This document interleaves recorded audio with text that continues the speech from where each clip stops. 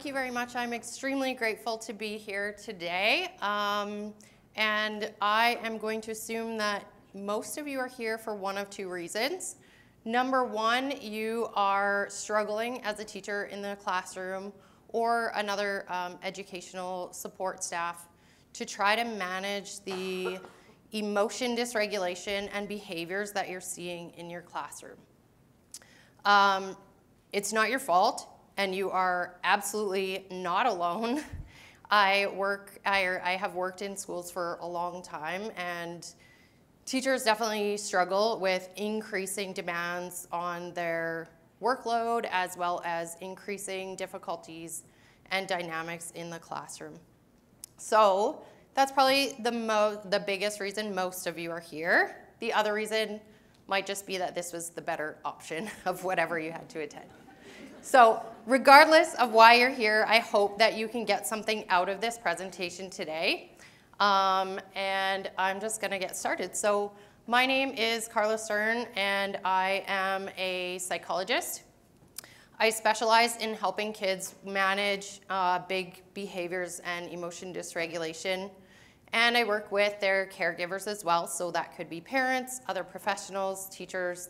And I've spent just about the last 20 years of my career really working in school settings and school systems and working with kids, families, parents, and educational professionals like yourselves. One of the lovely things is, so about 7 years ago, I started my private practice, which I absolutely love because I get to focus on one thing and one thing only, and that is helping these kids who really, really struggle. And I have really made it my goal to focus exclusively on helping these kids and their caregivers. I think it's a huge gap in service, and I think I've sat in your seats at teachers' conventions. I've heard some of the strategies, and I can tell you that it's not your fault that they're not working. There's a lot of misinformation out there about how to handle kids with really big emotions and behaviors. And a lot of times what sells is the quick fixes. The problem is that that just keeps the behaviors repeating over and over and over. And more often than not, you're actually gonna find they get worse instead of better. So the whole reason that I'm here today is because of that guy right up there. Not only am I a psychologist, but I am also a mom of 3 amazing kids, one of which kind of threw me for a loop because he struggled a lot. I was in the field, and I still didn't know how to help him. I made my whole career out of helping parents and kids, and I couldn't help my own son. And so when I went into private practice, I made it my goal to help other kids like him, other parents like myself, and teachers like you. Because I watched my son struggle, and it was awful. I struggled, it was awful. His teachers struggled. Denny Nigam is a saint, by the way. And he had a lot of amazing, amazing teachers, but they absolutely didn't always know how to help him. So I'm very passionate about this, and I'm excited to be here and talk a little bit more about this today. So what I'm going to do is, first of all, just talk about a couple of things that I want you to keep in mind as we go through this conversation today. First of all, there are no quick fixes. So if somebody's telling you, give a kid a cookie, calm him down, he'll be great, that's cool in the moment, and sometimes emergency situations require those things, but please know that it is going to make the behavior more likely to occur down the road. Quick fixes are just that. They're quick fixes, but they don't create lasting change. What I want to do today and beyond today is really help teachers, parents, caregivers understand what truly creates this emotion dysregulation and how to actually create meaningful change for yourselves so you can get back to doing what you like best, which is teaching, for these kids who struggle more than you could possibly know, and for parents and other caregivers as well. One of the things that's important to understand is that emotional responses and behaviors are learned patterns of interaction. They oftentimes, by the time kids come to your schools and see you, they've already been in this pattern over and over and over again. It's not their parents' fault, it's not their fault, and it's not your fault. But it is up to each and every one of us to do our part to figure out how do we provide one piece of the puzzle to help support these kids. The beautiful part about these maladaptive patterns is that patterns can change. And they can change pretty quickly when you get the right information, the right tools, and the right resources and supports to actually implement things that work to create shifts and changes over the long term. So one of the things that we're going to be doing is completely ditching these surface level tactics and strategies.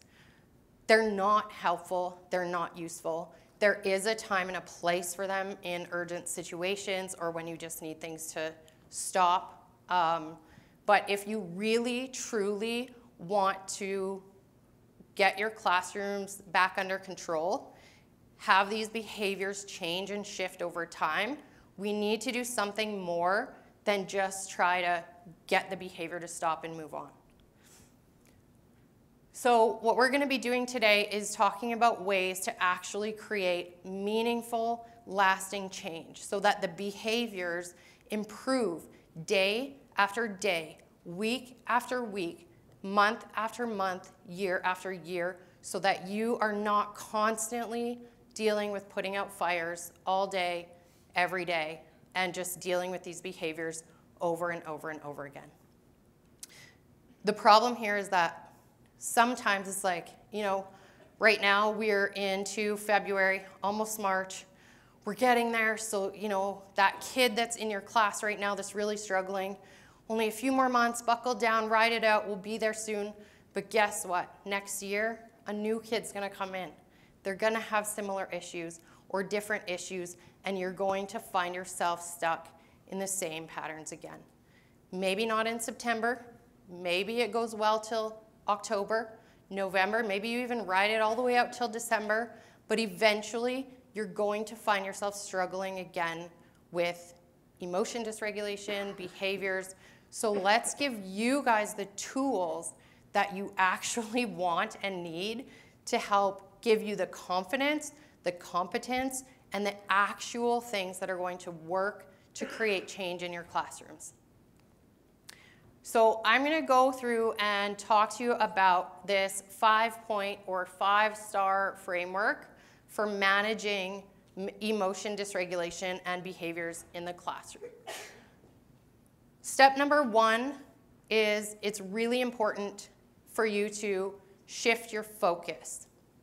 What this means is, like I mentioned earlier, these behavioral patterns, this emotion dysregulation is a pattern. And most of the time, the important part is to really understand what's maintaining this pattern and how do we shift our focus, because what we're doing isn't working or you wouldn't be sitting in these seats today. Second is to teach desirable behavior. So before we can actually start to address the behaviors we want to see kind of disappear, first we need to figure out, what do we want to see? How do we teach this in our classrooms? And I'm sure there's a lot of ways you're already doing this, but we're going to talk specifically about how do you do this, not just for the typical kid who responds really well, but for those kids who really struggle. The ones that it doesn't matter if you've told them the classroom rules 17 times, they're still not listening. How do you do this? And then we'll talk about how to address undesirable behaviors in your classroom. So in order to do this, it really does require that you are able to set clear expectations and boundaries and give really effective commands. Step 4 is to require accountability. And this is all about, we're kind of in this culture of like over accommodation, where it's like every behavior, it's like, oh, well, did you try this? We'll just lower your expectations, just do this. It's not helpful for teachers who have 72 different plans for every child in every classroom, and it's not helping our kids because over accommodating is not going to be helpful either. So how do we pull back the reins on the over accommodation and actually provide some accountability for students? Number 5, review and revise. So this is the last step, but it's not to be taken lightly. It's a super key, really important step in this process. So let's jump in. First of all, the first thing we want to do is shift our focus. So one of the things that really keeps these behavioral patterns alive is we focus a lot of our efforts on things that are out of our control. And we don't really understand what to do, how to rein it in. Again, we try all these different strategies that might work for the kid who like sits perfectly in their desk and follows all the rules and things like that for the most part anyways, but it absolutely doesn't work for these kids who struggle. And in fact, it can be really counterproductive. So we have to start to shift our focus. This is called your circle of control. What you'll notice up here is that in any given situation, with any triggering behavior, with any big emotional outburst or those kinds of things, any difficult, challenging situation that you find yourself in, there are things that are in your control, like how you feel, what you think, and what you do. And there are things that are out of your control, which is essentially everything else. The problem is when we find ourselves overly stressed out, frustrated, like trying and trying and trying and nothing is working, usually one of the biggest issues is we're trying to focus our efforts on the everything else, everything that's out of our control. So how do I make this kid come to class on time? How do I get this kid to calm down? How do I get this girl to stop calling names to her friends every day? How do I get them to stop freaking out in class? It's not in your control. You don't get to make a child choose any other actions.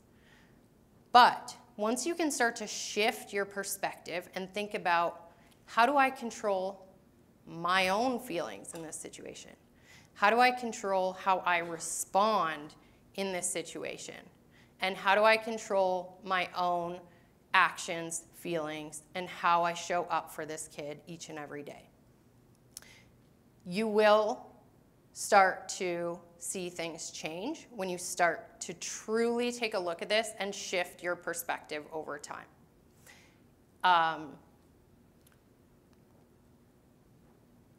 As a teacher, you are not responsible for your students' learning. And I am fully aware I'm saying that standing in front of a whole room of educational professionals. However, we need to shift. You're not responsible for your students' learning because it's not in your control. You don't control whether your kid shows up. You don't control whether they even listen to you. You can't control any of these things.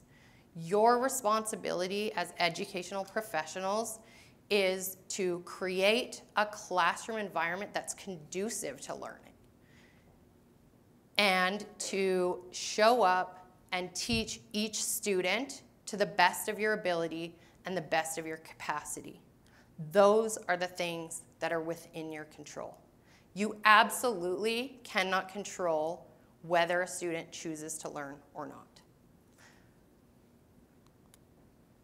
So, action step from this is really when you go home today or over the weekend or before next week, sit down and think about what is one behavioral trigger, one big emotional response, or something that I'm really, really struggling with in the classroom, what about this is within my control, and what are the things about this that are out of my control?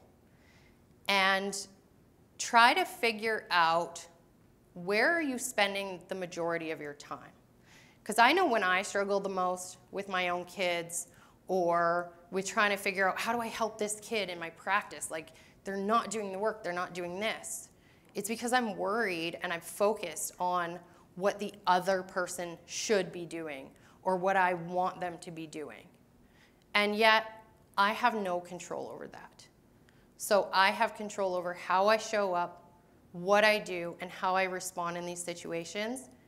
And then I have to let go of the rest and let each and every one of these students make their own decision for how they're going to respond. Doesn't mean it's a free-for-all. We don't just let chaos reign free in the classroom. Don't worry. We'll get to some of that. But this first part is key. If you do not take time to do this, you're just going to be continuing on in the same pattern of getting stressed, frustrated, overwhelmed. You have to be able to take a step back, figure out what's in my control about this situation, what are the things that I'm focusing on, and what are the things that I can kind of shift towards a little bit more here and there over time to help me regain control. Because the biggest thing here is that the more you try to focus on all of the things that are out of control, the more out of control you're actually going to feel and you're actually going to be with those student behaviors in your classroom.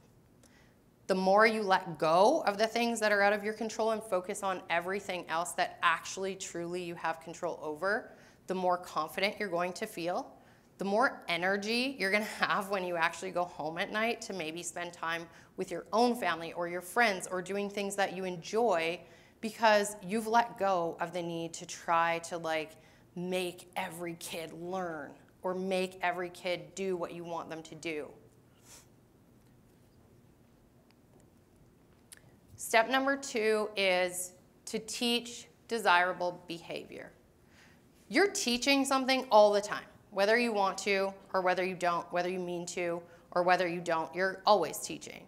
Obviously, as teachers, there's curriculum that you want to teach, but you're teaching your students how to respond in your classrooms all the time. Now, don't get me wrong. I'm not saying that their emotional responses and their behaviors are your fault. That is absolutely not the case. However, you do have a lot of influence over shaping their behavioral responses and emotional responses over time. Oftentimes, I hear teachers say things like, how am I supposed to help? I see them for 6 hours a day. They go home to their families. They're all messed up. They don't really help. What am I supposed to do? I can tell you, as a teacher, you guys see my kids more than I do. Also, it doesn't matter. Even if you see students for one class once a week, you absolutely can make really profound changes in these interaction patterns that you see over time. So we'll talk about how to do that. First of all, I want you to forget about your students for a second, and I just want you to think about your own childhood experiences, your own classroom experiences. And I want you to remember your absolute best, most favorite teacher of all time. You guys all went into the education profession, so I can only imagine there must have been somebody that you went to class with who made you think, hey, this looks like a really good gig. So think about that person. How did they make you feel when you walked into class in the morning? How did they show up? How did they approach you when you asked for help or when you totally screwed something up? What was their response when a kid was freaking out in the corner? Or what did they do? How did they handle when another kid hurt you? What did they do when you, God forbid, did something you knew you probably shouldn't have done, or you said something you probably shouldn't have said? How did they handle those difficult moments? And now I want you to think about the most horrific teacher you've ever had. Please don't say their name out loud. But we've all had these experiences. I know I have. My son definitely did. I think for the most part, teachers are absolutely amazing. I'm not sure that I could. I love working with kids, but I don't know that I could do that in a room of like 20, 30 kids. So I think it's amazing. But we've also all had those experiences with teachers who maybe aren't in it for the right reasons, or they are, but they're just so burnt out. We've all had bad experiences with teachers. And I want you to contrast that with your best experiences. What was it like as a child to walk into that classroom every single day? How did that teacher make you feel? How did that impact your morning, your day, your friendships? Maybe for some of you, that still impacts you today. Maybe for some of you, that's why you became a teacher. And now I want you to ask yourself, who were you more motivated to work for, to show up for, and to really try new things for? When it comes to relationships, first of all, I'm not going to stand up here and tell you to create positive relationships with your kids. Like, you all know that. You're all doing that. That's why you're here, because you want to have great relationships with your students. And those kids that really struggle with emotion dysregulation and big behaviors in the classroom are sometimes the hardest to create relationships with, because quite frankly, some of them don't want them. Some of them are scared of them, and they're not used to it. So one of the best researched areas in psychology is the psychology of behavior and learning, and more specifically, positive reinforcement. It is the most effective way to teach a new behavior.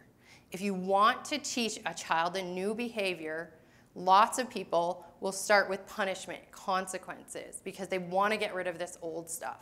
But if you don't start with rewarding or reinforcing the things that you actually want to see more of first, all of the consequences and punishment in the world are not going to help. So reinforcement enhances motivation. We kind of saw that contrast as we talked about who is your best, who is your worst teacher experience, what did that feel like, and who did you want to show up and do the work for. What you focus on expands. These kids, I work with them every day. And what I can tell you is you absolutely cannot punish or consequence them more than they're punishing themselves.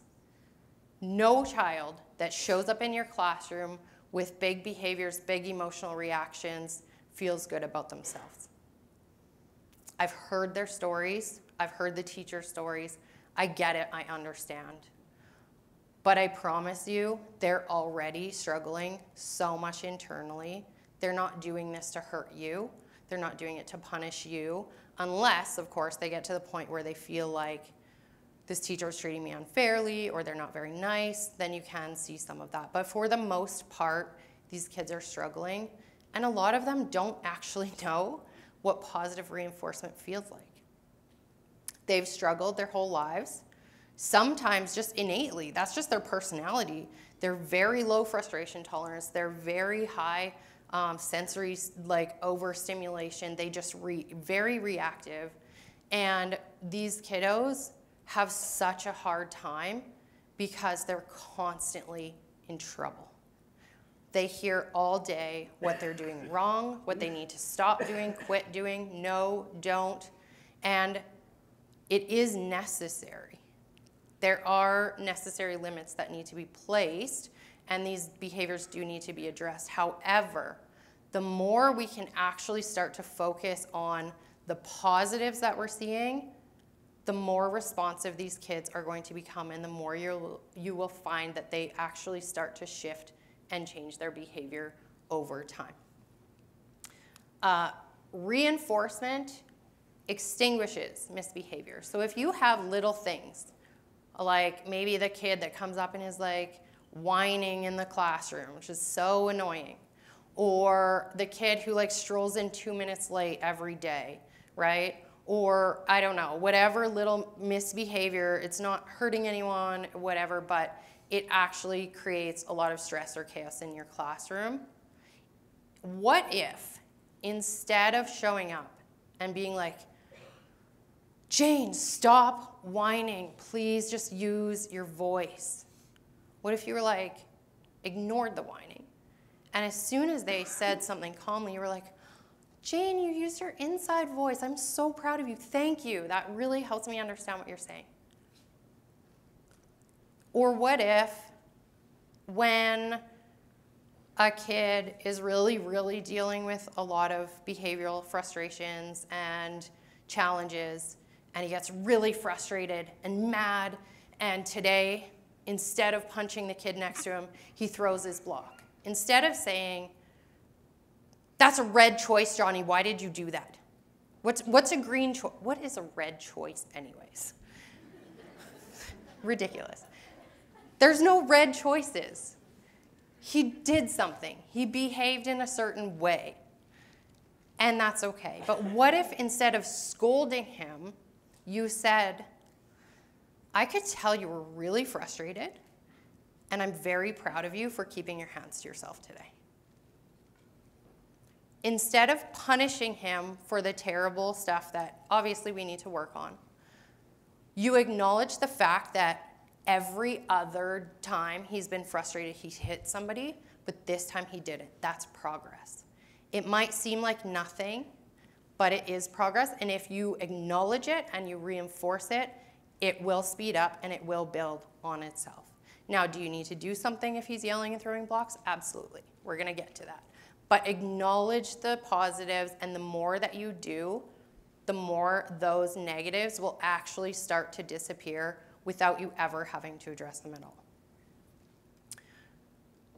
The last part on here is use specific praise. So I'm sure you've heard a million times before, like, praise all these great things that you see and they'll get better over time. And that's kind of true, but maybe the part that's missing is there's two different types of praise. There's general praise and there's specific praise. So general praise, like, thanks, buddy, you did a great work or great job. Hey, how's it going? High fives. Those are all general praises, and they're nice and they feel good. They'll help you build a positive relationship and interactions, but they're never, ever going to predictably shift behaviors over time. Kids have magical thinking. Their brains fundamentally work very differently than ours. They're not as based in logic, and they come up with their very own ideas for what you're praising them for. So oftentimes with parents, I'll use the example of if your child's jumping on the couch and you tell them, Johnny, get off the couch. And they don't really listen, they're jumping, get off the couch. They finally jump off the couch, but they do this great big swan dive and crash landing and roll and cartwheel, and you're like, thank you. Everybody in this room knows I'm saying thank you for finally listening to me and getting off the couch like I told you to 72 times. That kid's like, you loved that swan dive, and I'm gonna do it again. And this is why general praise will not predictably change behavior over time. You guys all know what the praise was for, but that kid didn't. And most kids are going to make their own connections and associations between things. So if you don't make it explicitly for them, they'll make it for themselves. Instead of saying, great job, you could say, thanks for using your inside voice. When that kid who shows up late every single day and it drives you insane, instead of every time he shows up being like, Greg, you're late again. Go to the office and get a late slip. Like, you know you need to show up to this class on time. You know when it starts. What if you were like the one day a month he actually gets there on time? You're like, hey, I noticed you got here early today. It's nice to see you here. That kid's going to be a lot more likely to want to get to your class at all, never mind earlier on time. Whereas if I'm the kid in the first scenario, I'm going to avoid your class like the plague and try to sneak in a little bit later unnoticed.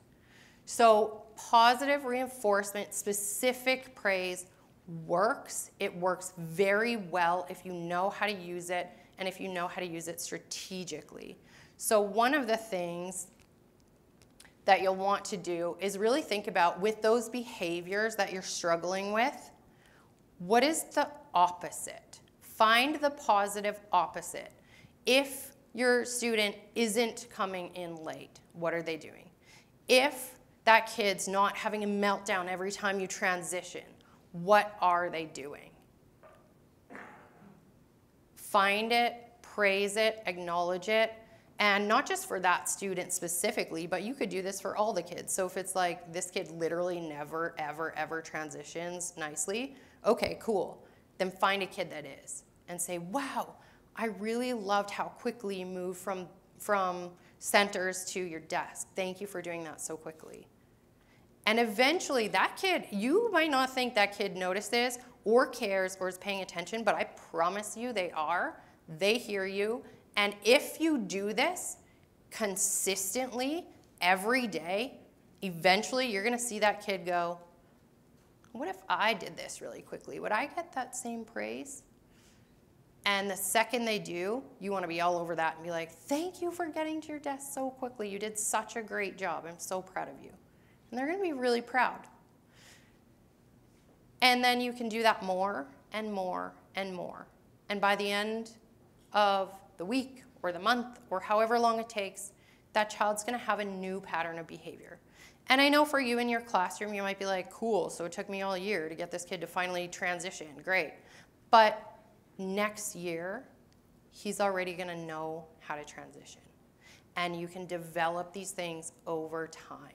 If we start these things when kids come into ELP, kindergarten, by the time they get to grade 3, we're not dealing with the kids punching each other on the playground because we worked and worked and worked properly on building these skills over the long term with the long-term goals in mind. So when you go back to school on Monday, I want you to choose whatever that behavior is that's a really big trigger for you, whatever stresses you out. Think about, what is the positive opposite? What is the behavior that I can praise that if they did this, they by default couldn't be doing the thing that I don't want to see? Maybe it's keeping your hands to yourself. Maybe it's getting to class on time. Maybe it's handing your test in as soon as I tell you to. Maybe it's like not swearing at me, so using nice words today when you were frustrated. Whatever that is, go into your classroom and start to praise that behavior. The very first thing you should do when you walk in your classroom is find a kid doing that, praise it. Praise it all day long, and the next day, and the next day, and the next day. And pretty soon you're going to be like, huh, it's been a really long time since I saw that meltdown during transitions. You won't even realize it's happening. It does take some time to build this up, to get used to it, to get in the habit of it. But once you figure it out, anyone pretty much who has come to see me in my private practice can tell you this takes work, it takes effort, and it's slow in the beginning. It doesn't work as quickly as stop doing that, get to your desk right now, go to the office, right? It's not that quick. It doesn't work as easily as just giving a kid a juice box and like calming him down right now. But what's going to happen is over time, you're not going to have to deal with these behaviors anymore because they will extinguish on their own. Next step is to address the undesirable behavior. So this is all fine and good and wonderful, and you're like, hey, cool, thanks, Carla, like that's great. Love the little like positivity pep talk, but let's talk real life. These kids freak out, and there's things that cannot go unnoticed. There's behaviors that you actually do truly need to address. There are times that as parents, as teachers, as leaders, you do need to take control of the situation. You need to teach, you need to lead, you need to give commands, you need to redirect behavior. So how do we do this in a way that is actually really effective? So first of all, you want to make sure that you communicate your expectations early, frequently, and consistently. So as soon as possible, as soon as you get students in your classroom, you want to let it be known what the expectations are. You might know what the expectations are, and everyone in this room can probably tell you what classroom expectations are, but that doesn't mean that child knows. You don't know what they're coming from, you don't know what their past experiences are, and it's really important to just be clear what is expected in the classroom. The other part of this is, even if you feel like this kid knows, they've been with me for 3 years, like they understand the expectations, they've practiced it a million times, if they're not doing it, they clearly need you to tell them what to do. So avoid over-accommodation. Like I said, this is one of the biggest frustrations that I see is over-accommodation. It's not just in classrooms, it's not just in schools, it's in the world, it's in society right now. We over-accommodate. We never want to see our kids sad, or like, heaven forbid they have a meltdown in the grocery store that's like, oh my God, just be quiet, just be happy, it's okay, let's move on, right? In the classroom, it's like, oh, this kid has anxiety, they never have to present again. Over-accommodation is a problem. Walking on eggshells because you're too scared of the reaction is a problem. The reason that we do this is because we are afraid of how our students are going to respond. But remember, your student's response is out of your control. You need to let it go. One of the most important things that you can do is figure out where is this fine line between providing accommodations, which are important and necessary, and also having a certain level of expectation for behavior, for progress in your classroom as well, all of those kinds of things. And how do we provide that beautiful balance of warmth and compassion and empathy, but also firm guidelines and expectations? So it's important to communicate these things with the intention of not punishing or not threatening, but teaching. And there's a way that you can give really effective commands to students to maximize the likelihood that they are actually going to listen in the first place. And there's ways that we give commands that your typical student is probably just going to follow them because that's what they do. But the kids that really struggle are absolutely going to be significantly less likely to follow your commands just because of the way that you've given them. So first of all, when you give a command or when you tell a student what to do, when you give an instruction, especially for these kids who really struggle, one of the first things you want to do is tell them what to do versus what not to do, or what to stop or quit doing. I'll give you a little example.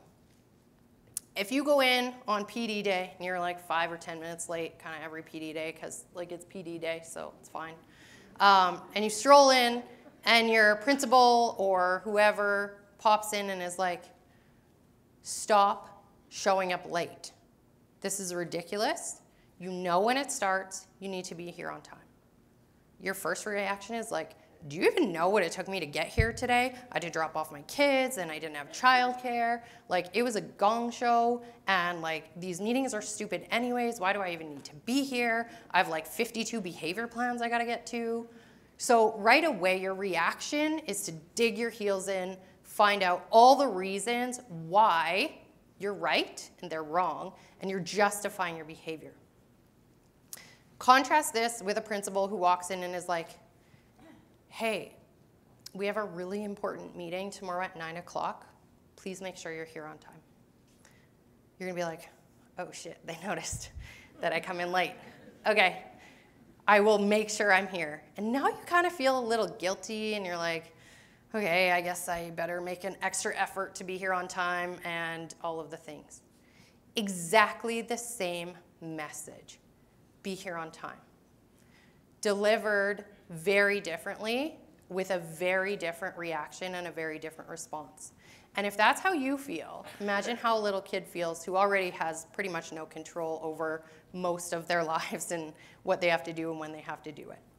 So it's the same idea. Tell a child what you would like them to do in a calm, kind, compassionate manner, and they will be significantly more likely to follow that than, oh, losing some letters, than if you tell them what to stop doing, not doing, or not do, quit doing, because those are criticisms. And criticisms never go over well when you're trying to teach some new behavior. The next thing is to make sure that you give direct versus indirect commands. And this is very counter to probably everything you've been taught. Because again, we've been kind of taught to like walk on eggshells with these kids and like just avoid the explosion at all costs. So it's like, could you maybe like hand that paper in as soon as you're done? I know you're just finishing up there, because it's like, if I actually tell the kid what I want to do, he's going to freak out. The problem is, by allowing kids to avoid feeling those feelings of frustration or upset by the way that we're just like kind of tippy-toeing around them, we're robbing them of the experience to go through that. So we've done this since they were 1, 2, 3, 4, 5, 7, 10, and now they're 15 and they can't handle it. But if we start doing this when they're little, they can start to build up those things so they can handle bigger and bigger challenges as it comes. So if you're teaching junior high, high school, that sucks, because it's a little bit trickier at that age. But there are lots, all of these principles are exactly the same. It's just going to take a little bit more learning, because just like us as adults, when we're learning something new, a kid's going to learn it 27 times faster than us, because we have more maladaptive patterns. But these patterns can absolutely change. These things will work no matter what the student's age. But be direct versus indirect. So instead of saying, could you please go to your desk now? It's math time. You just want to be like, it's time for math. Please sit at your desk. It's direct, it's clear, it communicates to kids that this is an expectation versus a suggestion that might be nice. And for kids who like are, you know, your cute little girls that like sit in that perfect box and they're like, okay, I just want to please you and make you happy and I'll go right to my desk. That's great, that works fine, use that all day long. But it will probably not work very well for these kids that are like, screw you, I'm like busy with my blocks over here, like I'm not going to math. So make sure you give direct versus indirect commands. The next is to make your commands specific. So if you want a child to do something, you want to be clear about exactly what it is you expect to see them do, instead of saying something like, settle down, behave, stop it. What do you want to see? What does settle down mean? Please talk quietly. Please walk. I don't know. What's the expectation? Please sit in your seat. When you do that, a child can actually understand what the expectation is, versus if you're like, settle down, it's too crazy in here. You're just giving feedback that there's not really much they can do with it. And then you want to make sure you give these commands with a positive or a neutral versus a negative tone. So again, this just comes back to teaching and adding that warmth and compassion and empathy, but understand that while you are thinking that maybe your these big behaviors and emotional reactions are a distraction from your teaching, you're looking at it wrong. The big emotional reactions and behaviors are the very most important opportunity to teach. Not just those kids, but your whole class. What are the expectations? What is acceptable, what is not? How do we deal with things when you don't follow these? And then silence versus engagement. So this is where we get into a lot of negotiation traps. You know, you give a kid a command and they're like, yeah, but can I just like leave this out here? Or I'm almost done, just can I finish this? So now anytime they engage you, they don't actually care what your answer is. They just want you to drop the expectation. And anytime you engage in that, you're just leaving the door open and communicating to them, yeah, I'm open to negotiating with you. Let's keep this up. So when you just stop engaging in those negotiation traps or escalation traps, then all of a sudden you start to see kids respond differently. But this does require, you got to let go of how they're going to react, how they're going to respond. Require accountability. So this last piece, this is step number 4, is all about, okay, this is all fine and good, Carla, that's lovely, but as soon as I tell this student directly, please go to your math class, he's gonna flip the table over and scream in my face. So now what am I supposed to do? First of all, out of your control, let them do what they're gonna do. And we can deal with that. The problem is, if what you say is out of alignment with what you actually do, they're not learning.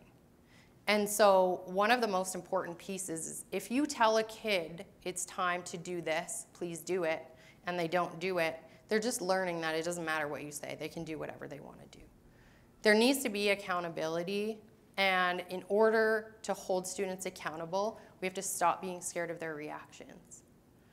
But it's not just our students, it's our parents.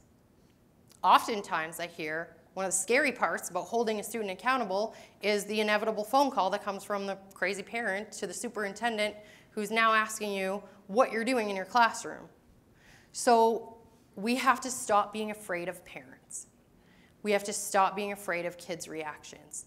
And we need to start holding our kids and our parents accountable. The only way to do this is for us to all be on the same page.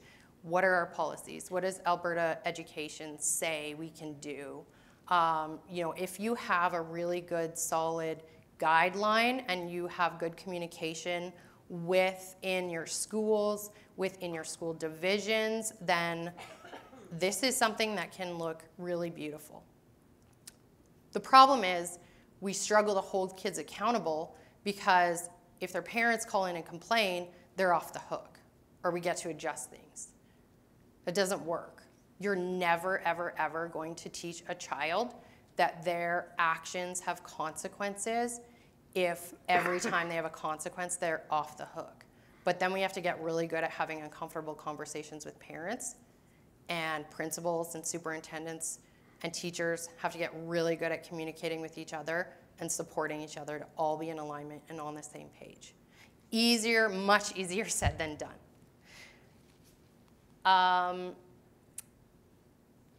So when it comes to holding students accountable, I'll quickly run you through this framework, but essentially, we don't want to be giving endless commands. Give a command, wait 5 seconds, let the child do what they're going to do. They're going to make their own choice. Don't try to encourage them. Don't try to tell them. Don't try to remind them of all the good things they get to do later. That's you controlling their behavior. Just say, please go to your desk, and then leave it. Or if that kid's not handing you their test when test time's up, just say, please hand me your test.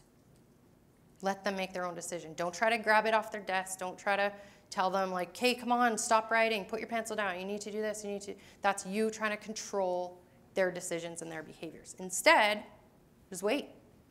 And if they do it, awesome. It doesn't matter if that kid comes up and slams the thing at you and is like, this is stupid, I didn't even have enough time, this is a dumb test. Follow through and praise them because they did what you told them to do. Thank you so much for handing your test in like I told you to. You can deal with the other stuff later. It will probably deal with itself on its own. If the student doesn't do what you told them to, you can repeat and just let them know, give them information. What's going to happen if they don't? Johnny, if you don't hand your test in, then I'm not going to accept it. Whatever consequence you state, you also have to be willing to follow through with it. So make sure you're not just giving empty threats. So if you're saying, I won't accept your test, it needs to be a test that you cannot accept. You also want to make sure you give an opportunity to try again. You can rewrite this on Thursday. If he still chooses not to hand in the test, then you just say, Johnny, your time's up. I am no longer accepting tests, and you may rewrite if you would like to on Thursday, and you get up and you leave because that's going to avoid him getting in your face, freaking out. Deal with the inevitable phone call later because it's going to happen. You have to be able to get comfortable with having uncomfortable conversations with parents. And make sure you are always praising compliance. So action step, hold students accountable, figure out with your schools what can you do, what can't you do, what will they support, what won't they support. This is a much larger conversation, but hopefully it can start in your own classroom. And review and revise. So at the end of the day, when you get started, this is going to be really hard to do. These concepts are simple in theory, and I promise you, they're so simple. Literally every single one of you can do them. They're so predictable. Literally every single one of you can get incredible results in your classrooms if you do this calmly, consistently, and effectively. But it takes practice. It's like any other skill you're going to learn. At first, it's gonna suck. You're gonna feel like you're getting 0 results. It's not gonna work that well. You're gonna screw up in many different ways, and that's okay because you're learning and you're going through the process. But every single time you try to do this, you wanna sit back and be like, okay, how did that go? What worked well? What didn't work well? What was totally terrible? And what can I maybe do differently next time? Or do I just throw this whole plan out and start from scratch? Revise. And as behaviors get better in your classroom, as students get more emotionally regulated in your classroom, then that's great. Then you can work on the next thing and the next thing. Don't try to tackle everything at once because nothing's gonna work. Pick one thing, work on it, do it, and you can grow from there. So, 5-star method, shift your focus. Teach desirable behaviors, address undesirable behaviors, require accountability, review and revise as necessary. I'm gonna pause there, and I think we only have a couple minutes, but if there's any, 10 minutes? Okay. If there's any questions, we can open it up for Q&A. 5 minutes? Okay. Q&A, and we'll go from there. So I guess if you have a question, you can just raise your hand, and there's somebody coming around, I think, with a mic. Okay, awesome. I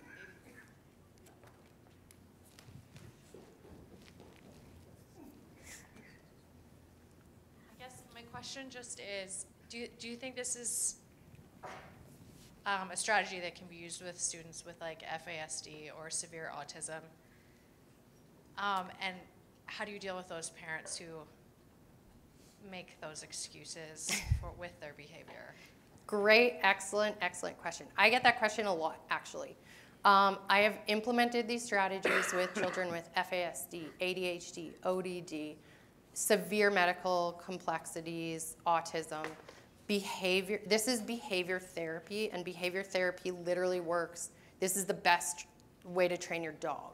Like, not to compare children to dogs, but like, yes, it works. It is actually probably the most effective form of therapy and behavior change to teach children with more disabilities because it requires less complex understanding.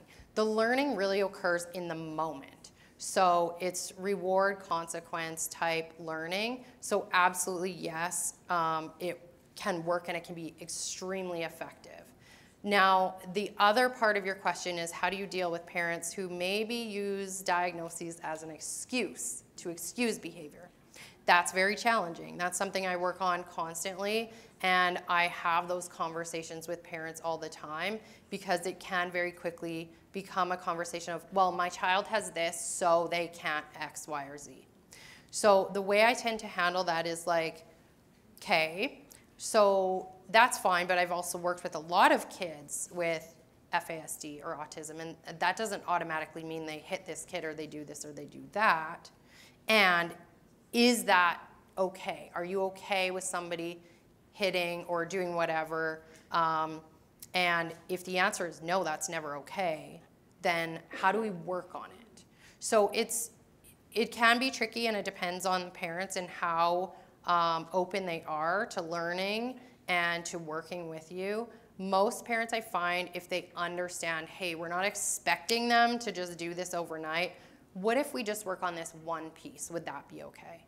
Usually you can find that they'll wiggle there and they'll be like, yeah, actually that would be really great and really helpful. And then if and when they see it actually works, they'll be like, okay, cool, what else can we do, right? So sometimes you have to just start with little small things, gauge parents, see where they're at, and go from there.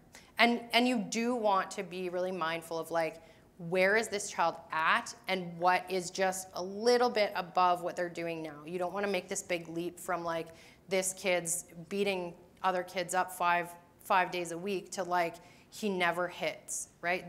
That's ridiculous. It's never going to happen. You want to start with like one interaction this week, he's not hitting a kid. Cool. That is success, and you build on it and you build on it and you build on it. And it starts really slow, but you can quickly pick up momentum that way. Hopefully that answers a little bit of your question.